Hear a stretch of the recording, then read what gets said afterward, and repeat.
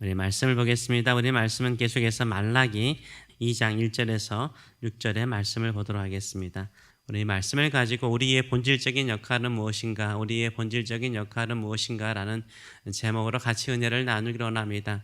말라기서 1장에서는 하나님께서 너희를 사랑한다라고 말하니까 이스라엘 백성들이 대꾸하는 것이 무엇입니까? 하나님이 어떻게 우리를 사랑하였습니까? 라고 묻죠. 이에 대해서 하나님께서 이스라엘 백성을 선택하셨다. 쌍둥이로 태어난 에서와 야곱 가운데 나는 장자인 에서가 아니라 야곱을 선택해서 하나님의 백성으로 삼았다라고 말하고 있습니다. 그러면서 나는 너희의 아버지이고 너희의 주인인데 어찌하여 나를 공경하지 않느냐라고 책망하시면서 그들이 드리는 희생 제물의 예물이 얼마나 오염됐는지, 온전하지 않는지, 저는 것, 병든 것, 주원 것, 그런 것들로 드린 것으로 인해서 하나님의 이름을, 하나님의 예배를 멸시한 것을 책망하였습니다.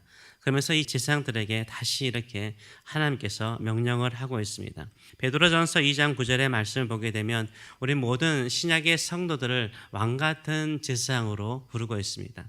우리도 제사장들이죠. 오늘 본문이 제사장들에게 주시는 말씀이지만 우리 모든 예배자에게 주시는 하나님의 말씀인 줄 믿습니다. 그렇다면 하나님께서 우리에게 주시는 경고는 무엇일까요?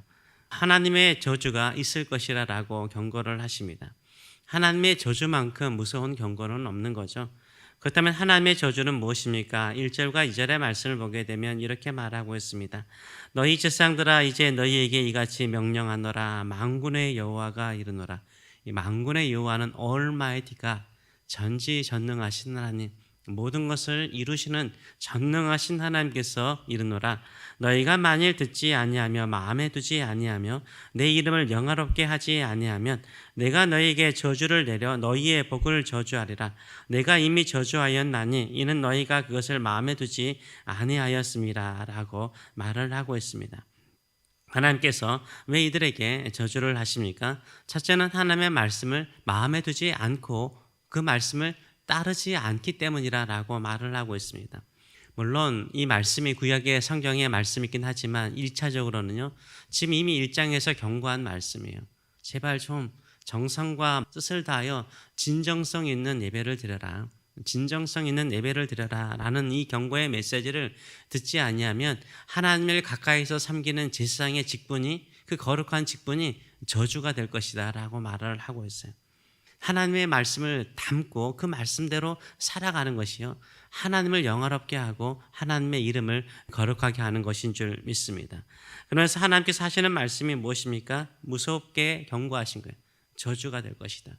제사장의 직분이 축복이었는데 그 축복이, 그 복이 저주가 될 수 있다라고 경고를 하고 있습니다. 제사장들은 지금 저주를 받고 있죠. 왜요? 하나님을 공경하지 않은 것 자체가 그들이 하나님의 심판대 앞에 있는 것이라고 말을 하고 있습니다. 우리도 이렇게 하나님께 경고를 받을 수 있죠. 하나님의 말씀이 나의 마음을 찌를 때가 있어요. 근데 우리가 이 제사장들과 이 이스라엘 백성들처럼 마음을 가지면 안 돼요. 이들이 하는 행동은 뭡니까? 경고하고 책망하면 항상 대꾸해요. 하나님 너희들을 사랑한다. 하나님 언제 우리를 사랑하셨습니까? 어떻게 나를 사랑하셨습니까? 너희가 나의 제사를 멸시한다. 나를 존중하지 않는다. 우리가 어떻게 하나님을 멸시하였습니까? 우리가 어떻게 주의 지단을 더럽게 했습니까? 이렇게 대꾸하고 반박을 해요.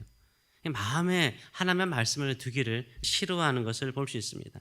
진정으로 하나님을 공경하고 하나님을 사랑하는 것은 무엇입니까? 하나님의 경고의 메시지를 내 가슴에 두고 하나님께서 말씀하신 대로 따라 살아가시는 저와 여러분 되시길 축원합니다. 그러면 하나님은 어떻게 이들을 저주하실까요? 3절의 말씀을 보게 되면 이렇게 말씀하고 있습니다. 보라, 내가 너희의 자손을 꾸짖을 것이요. 이 꾸짖는다는 말이 뭘까요? 그들의 후손들, 그들의 자녀들도요, 하나님의 꾸지람을 받을 정도로 그들의 부모의 영향을 받는다는 거예요. 우리가 받아야 될 저주가 우리의 후손들까지도 흘러갈 정도로 우리의 악한 영향력이 후손들에게 흘러갈 것이라는 거예요. 그래서 우리의 후손들도 우리가 당하는 그 꾸지람을 그들도 들을 것이라고 말하고 있어요. 우리가 우리의 악한 행실을, 예배에 대한 행실을, 하나님에 대한 공경에 대한 행실을 바꾸지 않으면 우리 자녀들에게도 그들에게 영향을 미친다는 거죠. 그들이 받아야 될 복이 오히려 저주가 될 수 있다라고 경고하고 있습니다. 그뿐만 아니라 하나님께서는요, 그 제사장의 고귀하고 거룩한 직분을 빼앗을 것이라고 말씀하세요. 온전하게 회복하지 않으면 빼앗을 것이라고 말씀하죠. 그리고 똥, 곧 너희 절기의 희생의 똥을 너희 얼굴에 바를 것이라. 너희가 그것과 함께 지하여 버림을 당하리라. 지하여 버림을 당하리라라고 말을 하고 있어요. 여기에 보게 되면 너희 절기의 희생의 똥이라는 것은 절기 희생 제물을 말하죠. 이 절기 희생 제물을 보게 되면 이거 잘라서 각을 뜨잖아요. 뭐 염소라든가 소라든가. 그러면 여기 안에 내장이 있습니다. 내장의 기름은 하나님께 태워드리는데 그 안에 있는 그 내장 안에 있는 똥이 있잖아요. 그리고 불순물들이 있잖아요. 그것은요, 성전 밖에 가서 태워야 돼요. 버려야 돼요. 근데 그 똥을요, 너희 얼굴에 바를 것이라는 거예요. 공개적으로 수치를 당할 것이라는 거예요. 하나님의 말씀을 마음에 두지 않고 따르지 않으면 너희가 공개적으로 수치를 당할 것이라는 거예요. 그리고 더럽기 때문에 어디다 버려요? 성전에서 처리할 수 없어요. 성전 밖에서 버려서 태우는 거예요. 너희가 그렇게 버림을 당할 것이라고 말씀을 하고 있어요. 얼마나 무섭게 우리에게 경고하고 있습니까? 이럴수록 우리의 마음을 겸손하게 하며 주께 나가시는 저와 여러분 되시길 축원합니다. 그러면 왜 하나님은 이렇게 심각한 저주와 명령을 하실까요? 왜 하나님이 이렇게 심각한 저주와 명령을 하실까요? 그것은 하나님의 언약을 상기하면서 하나님과의 맺은 언약의 백성으로 돌아오라는 거예요. 하나님의 언약으로 돌아오라라고 말하고 있는 것입니다. 4절과 5절의 말씀을 보게 되면 다시 이렇게 만군의 하나님께서 말씀하십니다. 만군의 여호와가 이르노라. 내가 이 명령을 너희에게 내리는 것은 내위와 세운 나의 언약이 항상 있게 하려 함인 줄을 너희가 알리라 라고 말하고 있어요. 이 제사장의 직분을 감당하는 지파가 레위 지파 아닙니까? 이 레위 지파와 맺은 언약을 상기시키고 있는 것을 다시 한번 말하고 있어요. 그 언약의 본질로 돌아가라는 거예요. 내위와 세운 나의 언약은 생명과 평강의 언약이래요.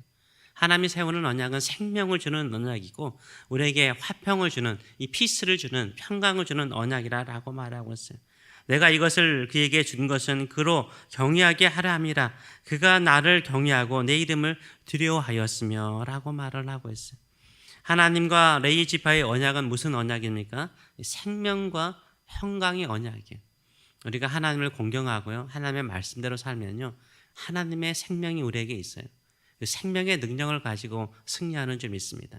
아무리 세상이 요동치더라도요, 하나님을 두려워하고 경외하는 마음으로 잘 섬기잖아요. 이루 말할 수 없는 하나님의 평강이 하늘로부터 내려오는 줄 믿습니다. 그렇기 때문에 그곳으로 다시 돌아오라는 거예요.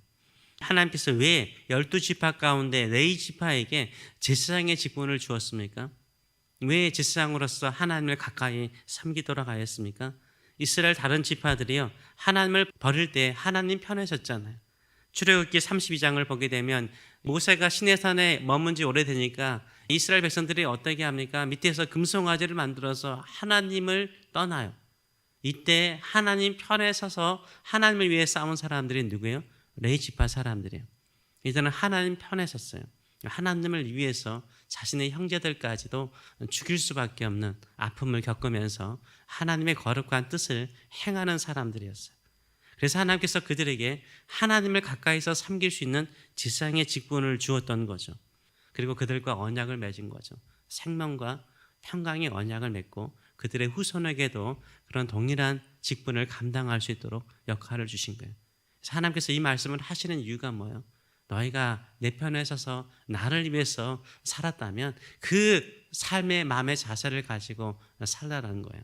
그러면 하나님이 주시는 그 축복과 그 생명과 평강의 언약이 계속 유지되는 줄 믿습니다. 하나님의 거룩한 제사장으로 살아가시는 저와 여러분 되시길 축원합니다. 그러면 제사장의 직분이 뭘까요? 우리 성도의 직분이 뭘까요? 우리의 본질적인 역할이 뭘까요? 레위 지파가 했던 그들의 본질적인 역할이 뭘까요? 6절은 이렇게 말하고 있습니다. 그의 입에는 진리의 법이 있었고 그의 입술에는 불의함이 없었으며 그가 화평함과 정직함으로 나와 동행하며 많은 사람들을 돌이켜 죄악에서 떠나게 하였느니라 라고 말을 하고 있어요. 입에는 뭐가 있었다고? 진리의 법, 하나님의 말씀이 있었어요. 여러분, 구약 성경에서 읊조린다, 입술로 읊조린다, 이 말은 뭐예요? 기도할 때도 읊조리고 소리 내어서 기도하는 면도 있지만요. 많은 유대인들은요. 입술에 뭘 두었어요? 하나님의 말씀을 암송했어요. 혹시나 먼씨라든가 이 정통 주시들이 사는 동네 한번 지나가 보세요. 이 검은 모자 쓰고 검은 옷 입고 그 입술 보세요. 걸어가는 남자들 입술 보세요. 좀 경건한 유대인들은요. 입술이 계속해서 읊조려요. 이렇게 움직여요. 혼잣말하는 것처럼 보여요. 저도 한번 가다 보니까 진짜 그러더라고요. 뭐 하죠? 말씀을 암송하는 거, 토라를 암송하는 거, 토라를 암송해요. 이 레이 사람들은요, 레이 지파 사람들은 하나님의 백성의 사람들은 끊임없이 내 입술에 하나님의 말씀을 두는 거예요. 그 말씀을 두고 그 말씀을 선포하고 그 말씀으로 내 자신을 다스리고 말씀으로 내 마음을 다스리고 나의 삶을 다스리고 주변 형제들을 인도하는 줄 믿습니다. 이게 우리 성도의 1차적인 목적인 거예요. 두 번째는 뭡니까? 합평함과 정직함으로 하나님과의 바른 올바른 마음을 가지고 누구와 동행하는 거예요? 하나님과 동행하는 것인 줄 믿습니다. 나와 동행하며 우리 일상의 삶이 하나님과 동행하시는 저와 여러분 되시길 축원합니다. 세 번째로는 본질적인 역할이 무엇입니까? 많은 사람을 돌이켜서 죄악에서 떠나게 하는 거예요. 이 땅에서 얼마나 많은 사람들이 하나님을 떠나가고 있습니까? 하나님의 말씀을 떠나가고 있습니까? 그 사람들을 돌이켜서 하나님께로 돌아오게 만드는 것이요 우리의 역할인 줄 믿습니다. 이런 거룩한 역할을 감당하시는 저와 여러분 되시길 축원합니다.